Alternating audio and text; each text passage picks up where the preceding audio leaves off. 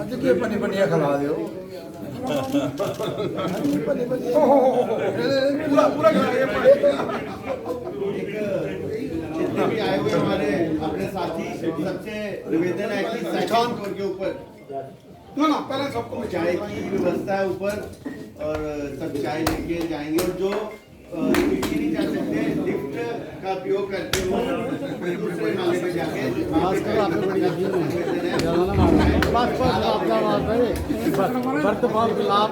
कोई अंदर दी गल है यार पुराने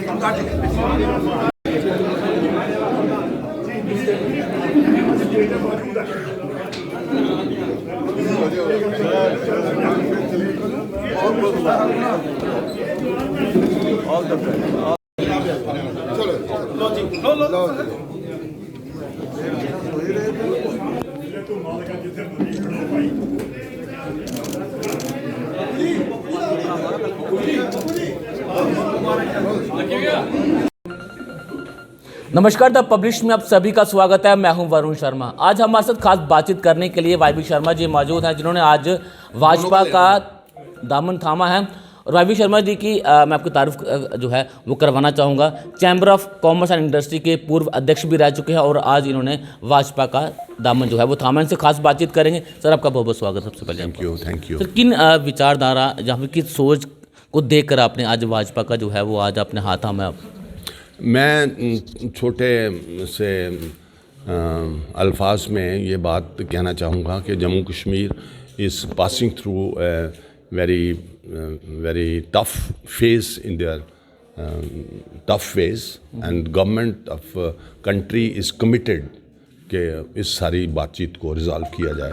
हमारी स्टेट में आने वाले वक्त में इलेक्शंस ड्यू हैं और एक हुकूमत बनेगी, फिर उस हुकूमत के साथ J&K गवर्नमेंट एक बनेगी और गवर्नमेंट जो है that has to take care of many developments which are to take place in J&K state.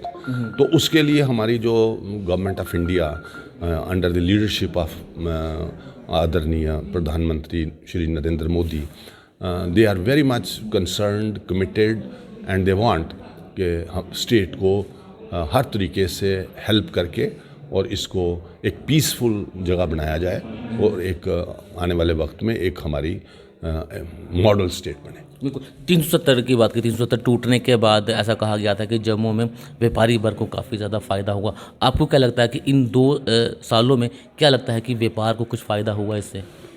नहीं, ऐसा है जो बातें उन्होंने कही थी उन लाइंस पे कुछ बातें हो रही हैं, कुछ बातें अभी ट्रांजिशन में हैं क्योंकि एक मेजर चेंज हुई थी।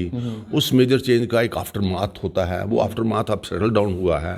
तो मुझे उम्मीद है कि आने वाले वक्त में एक बेहतर टाइम आएगा और एक टूरिज़्म सेक्टर जो हमारा एक प्रायोरिटी सेक्टर है उसको थ्रस्ट मिलना है और उसको थ्रस्ट देना है। और गवर्नमेंट ऑफ इंडिया का भी ऐसी सोच है कि हम जम्मू में टूरिज़्म को थ्रस्ट देके वहाँ पे इस सेक्टर को डेवलप करें और जिससे कि एम्प्लॉयमेंट जनरेशन भी हो और उसके साथ अपना लोगों को कामकाज मिले।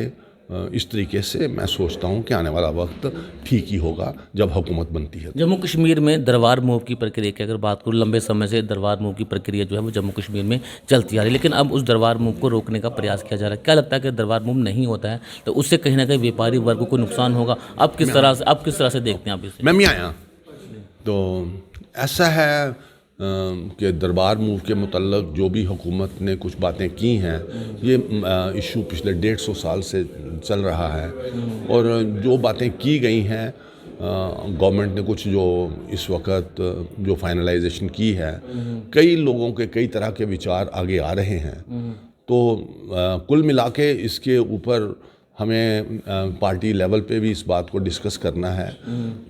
हर रोज़ कोई चीज़ कहना भाई हम ऐसा सोचते हैं, देखिए कुछ बातें they are done in the interest of the general public, but अगर डिसीजन लेने के बाद ये पता चले कि इनसे कुछ कमियाँ आ गई हैं तो वो कमियाँ जो सत्ता पार्टी है, जो सत्ता में होती हैं, वो डिस्कस करती हैं कि कोई हमने एक डिसीजन लिया है, उस डिसीजन के पॉजिटिव एस्पेक्ट्स इतने हैं, नेगेटिव एस्पेक्ट्स इतने हैं, तो they take into account the negative aspects और उनको करेक्शन करने की कोशिश की जाती है। तो मैं समझता हूँ दरबार मूव का मसला जो है उन्होंने जो किया इसको अप्रिशिएट किया गया।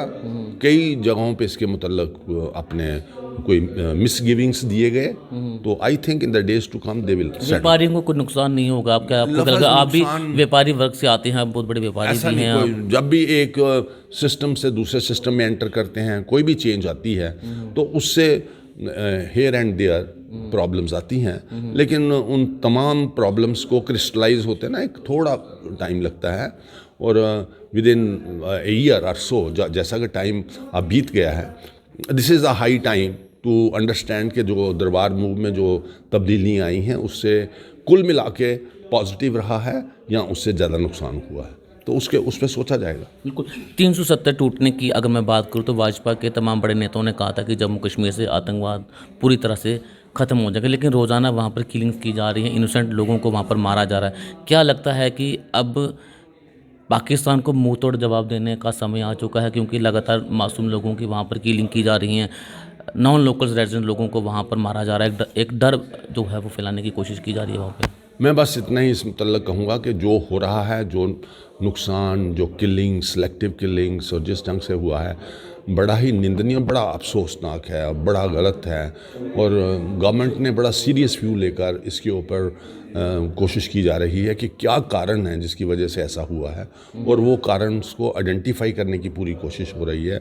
और वक्त वक्त पे एलजी साहब ने, होम मिनिस्टर ने आश्वस्त किया है कि इन तमाम not even a single drop of blood will go waste, इस तरीके की बातें कही जा रही हैं।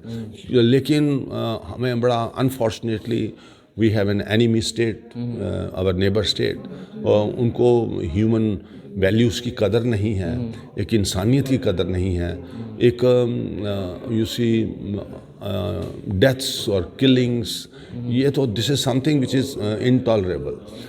बट कोई देश तुला हुआ हो कि उसको इस तरीके की ये तरीका अख्तियार करके कि अपने नेफेरियस डिज़ाइन को पूरा करना है, तो इसके ऊपर तो एक इंटरनेशनल कम्युनिटी और वर्ल्ड कम्युनिटी ही प्रेशर डाल सकती है, और उस देश को जो इस तरीके के हालात को बना रहा है उसको हमें वक्त वक्त पर करेक्ट करना होगा। नहीं तो जो एनिमलिज्म या एक जो बारबेरिज्म जिससे आदमी इस तरह की जो करता है बातें, उनकी सोच को ठीक करने के लिए अब जहाँ तो ईश्वर कोई कुछ करे तो यहाँ गवर्नमेंट आने वाले दिनों में कुछ ना कुछ करेगी, क्योंकि दिस इज़ वेरी बैड, ऐसा नहीं होना चाहिए। आखिरी चलते आखिरी सवाल करना चाहूँगा, आखिरी मेरा सवाल ये रहेगा, जम्मू कश्मीर का जाना माना आप चेहरा हैं, पूर्व अध्यक्ष रह चुके हैं chamber of commerce and industry के, भाजपा आने से पहले आपने किसी भाजपा नेता से मुलाकात की, जहाँ अपनी सोच अपनी रखी हो कि नहीं इस तरह का बदलाव जो है वो जम्मू में आना चाहिए? हाँ, ये बात जो आपने कही है, इस तरह की बातें तो अक्सर जब भी कहीं बैठते हैं तो इस तरीके की बातें होती हैं। और जो भी मैंने कहा ना, जम्मू कश्मीर एक बड़ा मसले कुछ सेंसिटिव हैं, उनके ऊपर मसले ज़ेरे गौर होते हैं, फिर उनके लिए समस्याओं को हल करने के लिए कोशिश होती है।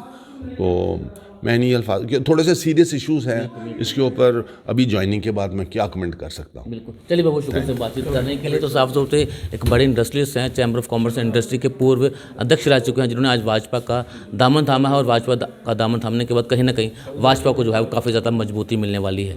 बने रहना पब्लिश के साथ, धन्यवाद।